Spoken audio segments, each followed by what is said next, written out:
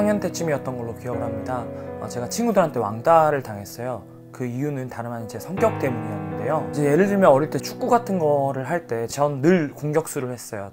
뭐 잘해서라기보다는 목소리가 제일 컸거든요. 또 모든 과제 같은 거 하면 이제 제가 원하는 대로 해야 좀 직성이 풀렸어요. 제가 주장도 세고 고집도 셌거든요. 특히 이제 제가 하는 게 늘 옳다고 생각했던 경향이 좀 컸던 것 같아요. 근데 이제 6학년 때 저희 봄에 수학여행 간다고 해서 에버랜드를 가게 됐는데, 이제 선생님께서 에버랜드에서 같이 조별로 다니기 위해서 조를 짜오라고 하시더라고요. 그래서 이제 그 조 짜는 시간에 친구들한테 갔더니 친구들이 갑자기 저랑 같이 조를 안 하겠다는 거예요. 그래서 왜? 라고 물었더니 애들이 그러더라고요. 또 가면 또 네가 원하는 놀이기구만 탈 거 아니냐고. 그래서 처음엔 저도 두고 봐라 이러면서 다른 조를 찾기 시작했는데 저를 받아주는 조가 아무 데도 없는 거예요. 결국은 그래서 에버랜드 가서 약간 아프다고 핑계를 대고 관광버스에서 혼자 누워서 그냥 시간을 보냈던 기억이 나는데, 그때 서러움과 처량함은 지금까지도 잊을 수가 없습니다. 근데 이제 학교로 돌아와 보니까 에버랜드 사건 이후부터 진짜로 제가 왕따가 됐더라고요. 아무도 친구들이 놀아주질 않더라고요. 근데 처음에는 잘 몰랐어요. 근데 어느 날 이제 담임선생님이 저를 부르시더라고요. 그래서 갔더니 요새 친구들이 너 왕따 시키니? 이렇게 물어보시더라고요. 그래서 네? 그러고 대답을 했는데 저 빼고 모든 반의 애들이 제가 왕따라는 걸 알고 있었던 거죠. 물론 이제 기본적으로 왕따나 따돌림은 이유를 막론하고 나쁜 거죠. 뭐 이유가 없거나 피해 학생이 아무 잘못이 없는데 왕따나 따돌림을 당하는 경우가 훨씬 많으니까요. 다만 저 같은 경우에는 기본적으로 그 원인이 저한테 있었어요. 좀 이기적이고 다른 친구들을 배려하지도 못하고 또 종종 친구들을 놀리면서 기분을 상하게 한 적도 많이 있었으니까요. 결국 이제 어머니한테 학교에 가기 싫다고 막 그랬어요. 차에서 잠깐 저한테 얘기를 좀 하자고 하시더라고요. 그래서 요새 학교에서 무슨 일 있냐고, 친구들이랑 무슨 일 있냐고 이렇게 물어보시더라고요. 그 얘기를 듣자마자 정말 눈물이 터져버렸어요. 어찌됐건 이제 저한테 어머니는 3가지의 얘기를 해주셨는데, 이제 첫 번째는 위로였어요. 이제 엄마도 네 기분이 어떨지 안다. 엄마도 어릴 때 누가 나를 싫어하거나 미워하면 그게 그렇게 힘들었어. 아니, 엄마가 미안하다 이렇게 말씀을 하시더라고요. 그 말씀 들으면서 정말 서럽게 울었던 것 같아요. 이제 두 번째로 눈물을 제가 좀 그치고 나니까 어머니는 조금 이제 이 상황을 냉정하게 바라보게 해주셨어요. 왜 잘 지내던 친구들이 그렇게까지 나를 이렇게 싫어하게 됐을까라고 물어보시더라고요. 그러면서 친구 입장에서 제가 그간 해왔던 행동들을 좀 되돌아보게 하셨어요.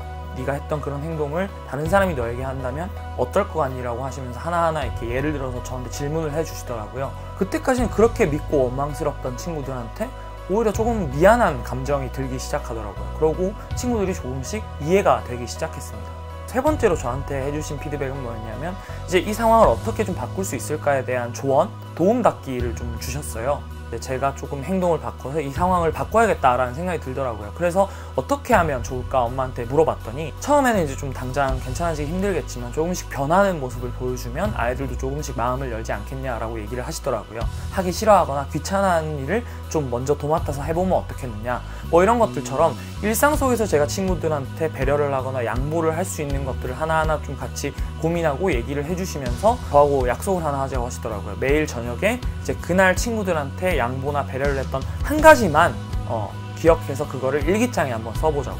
그럼 처음엔 얘 왜 이래? 막 친구들이 그러더라고요. 근데 제가 1주일, 2주일 그 행동을 계속 그렇게 하다 보니까 오히려 이제 그 에버랜드 사건 이전보다 훨씬 더 친구들이랑 사이가 좋아졌어요. 그래서 이제 그 일 있고 난 이후에 많이 다른 사람이 됐죠. 제가 가진 단점이 뭔지도 알고 그 단점을 극복하려면 어떻게 해야 되는지도 알게 된 거죠. 다른 사람들을 배려하는 것의 중요성도 알게 되고 이기적인 성격도 많이 고치려고 노력하게 되고, 그래서 그 당시를 다시 좀 생각을 해보면 어머니는 저한테 되게 중요한 2가지 피드백을 주셨던 것 같아요. 첫 번째는 이제 감정적인 위로와 공감, 지지가 가장 먼저 선행이 돼야겠죠. 그리고 두 번째는 뭔가 거짓이나 또는 그냥 우리 아이만 감싸고 도는 게 아니라 실제로 진실이나 정직에 기반한 이 상황 판단, 냉정한 상황 판단이 이루어져야 될 겁니다. 그리고 이제 세 번째로는 실제로 그 상황을 어떻게 바꿀 수 있을지에 대해서 아이와 함께 대화를 나누고 실제로 어른들의 지혜를 통해서 도움닫기를 제공해 주시면 아이가 많이 바뀌고 성장하고 이 문제를 해결하는데 굉장히 큰 힘이 된다고 할 수 있습니다. 덧붙여서 이제 이런 일을 경험해 본 사람으로서 2가지만 부모님들이 꼭 기억해 주셨으면 좋겠어요. 이제 아이들의 공부라든지 지적인 성장 이런 거 굉장히 다 중요하지만 그럼에도 불구하고 부모님과의 관계만큼 중요한 것은 없다라는 점입니다.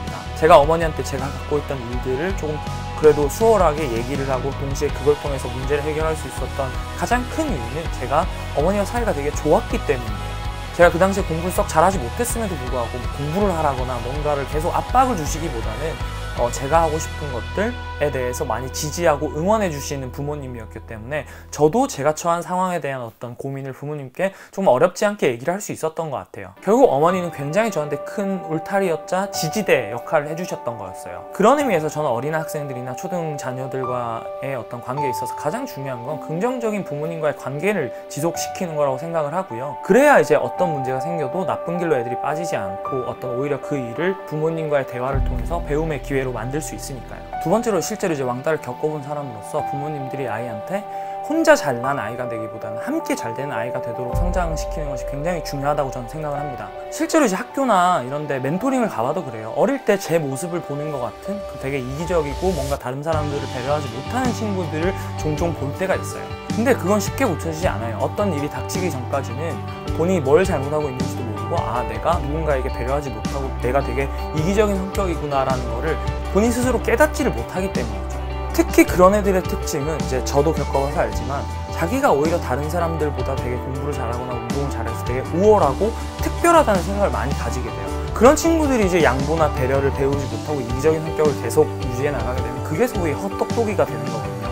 결국 인생이라는 게 혼자 사는 게 아니고 함께 사는 건데 그런 측면에서 아이들에게 내가 다른 사람들과 함께 잘 되는 것이 중요하다는 부분을 좀 많이 알려주시는 게 좀 중요하다고 생각을 합니다.